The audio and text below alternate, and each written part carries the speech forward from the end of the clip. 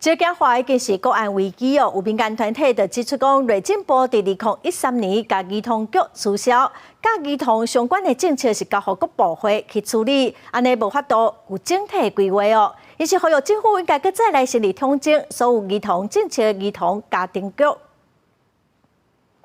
台湾这几年，毋但是政府关注少子化议题，对虐待囡仔、托育问题、到儿少性暴力等等，伫咧民间拢有高度的讨论。有民团在4月初是儿童节进前，在4月初一针对国内少子化国安危机、儿少自杀率野悬、甲家庭陪伴功能欠缺等等，指出目前家庭含儿童所面临的社会困境。劳动部109年的统计，我们申请育婴留职停薪的每位子女，平均其实只有7.7个月的。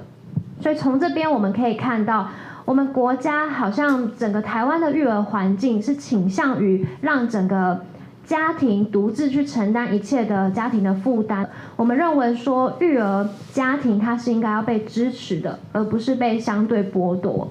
民团以联合国儿童权利公约呼吁政府有责任爱协助父母请养囡仔，确保囡仔的权利受到保障。另外，日本为着因应少子化，在2023年成立儿童家庭厅来综合规划儿童相关的政策。民团指出，台湾自2013年内政部儿童局撤掉以后，和儿童相关的无论是教育、卫生、法务等等，拢分散伫各部会。因呼吁政府应当整合专业资源，成立儿童家庭部，和儿童福利有较整体的政策规划。我们分科太严重，因此我们非常需要儿童家庭部来统整这一切的，包括政策、包括福利、包括安全、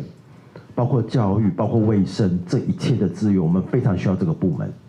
事实上，3月2日，卫福部在立法院卫生环境委员会接受立委质询的时，有表示当地研议成立儿童专责机构的方案。民团呼吁政府下步就要赶紧，让家庭会当安心生育，嘛落实儿童权利。记者卢尚珠、郑俊尧台北报道。